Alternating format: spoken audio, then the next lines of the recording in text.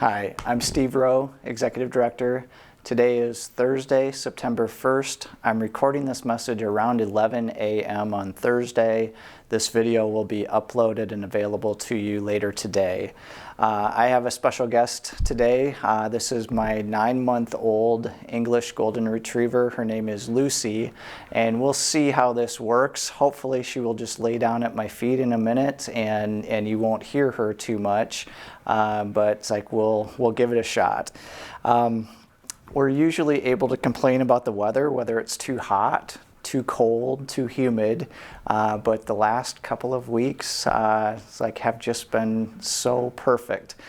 For being late August, I don't think any of us could have expected any better weather than we've had. I know it's going to be a little bit hotter today and tomorrow, but if you haven't had a chance to get out, especially in the mornings, I would encourage you to go take a walk around the block tomorrow morning. It's just been perfect weather, and yeah, you just need to be outside. Enjoy it. The COVID update I'm going to share with you is the worst one that we've had since we started to record these videos back in March of 2020.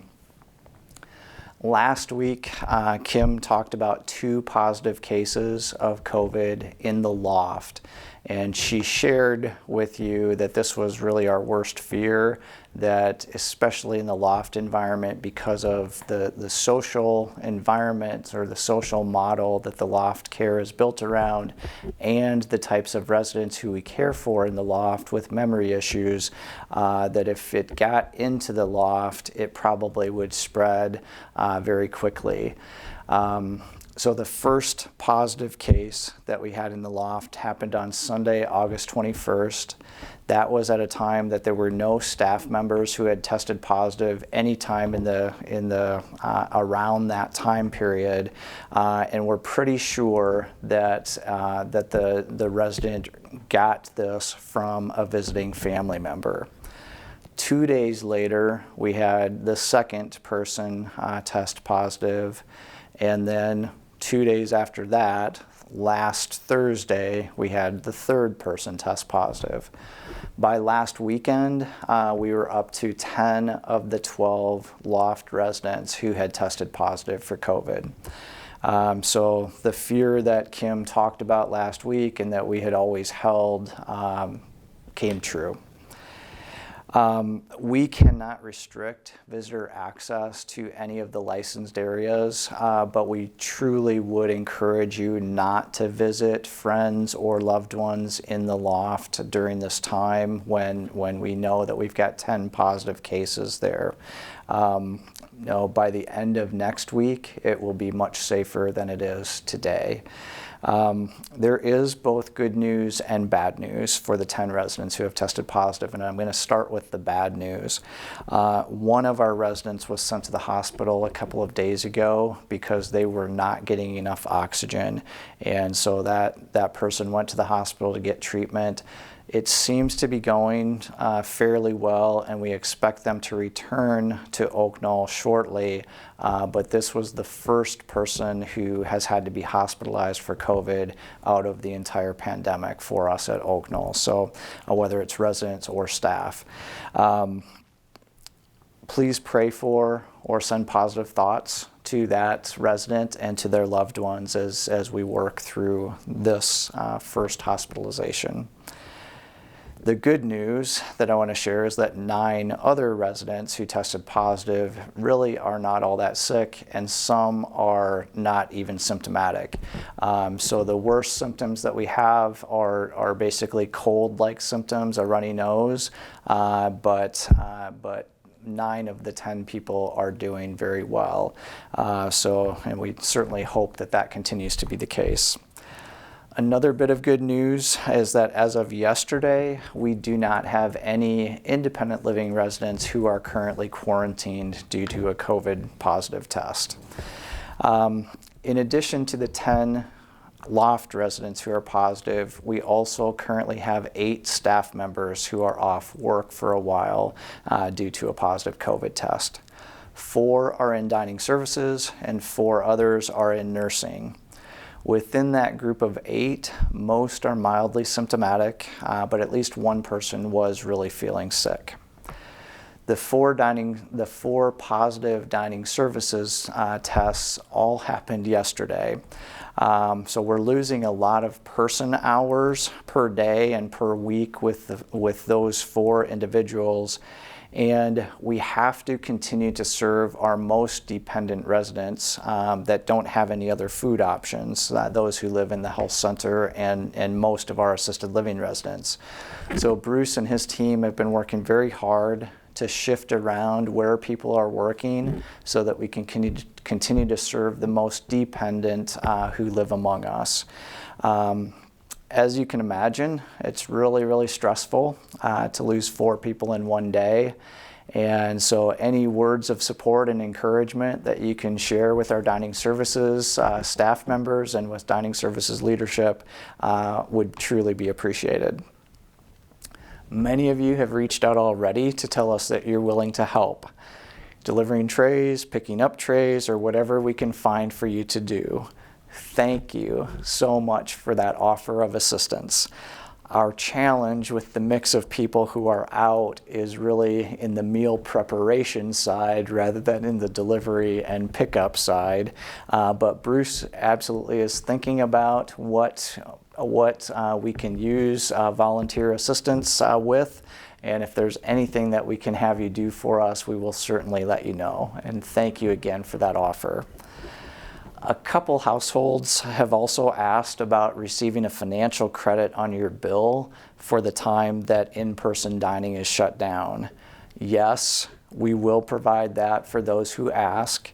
The best method to request that credit, if it's possible for you, is to email our business manager, Lisa Chapman. Her email address is lchapman@oaknoll.com. And just let her know that you'd like to get the financial credit on your bill. Those credits will be provided on the September 30th bill for any of the days that were closed to in-person dining. And again, our hope is that it's like after 10 days, we're able to resume in-person dining, and that 10-day mark would be Saturday, September 10th. We are not going to shut down programs, activities, or classes based on the most recent positive cases. Our current residents that are positive are all in the loft, so we just don't see a benefit of shutting things down. As I've said before, but not for a long time, we cannot restrict visitor access to the licensed areas. So we can't tell family or friends of health center residents that they can't visit. And if we can't do that for our most dependent or vulnerable residents, there is just no sense in shutting down visitors for independent living or assisted living. Some of you, so enough about COVID, and this is somewhat related, but a little bit different topic. So some of you have heard, and it's been in the news just yesterday and today, that there is a new COVID booster that just got approved. Our nursing leadership has already been in contact with public health, and we're working on the logistics of offering a booster clinic again at Oak Knoll, as we've done 4 other times in the past. We should be able to offer boosters here at Oak Knoll and at East. And as soon as we have the logistics and the coordination worked out with the pharmacy, we will share those details with you, but just know that that is in process. We also do already have our flu shot clinic set up, and that will be late September and early October. The clinic is scheduled for the main campus on Thursday, September 29th. And then 1 week later, it will be at the East Campus, Thursday, October 5th. You are welcome to come to either of those 2 different flu clinics, so do whatever fits best in your calendar. And again, it'll be September 29th for the main campus and October 5th for East.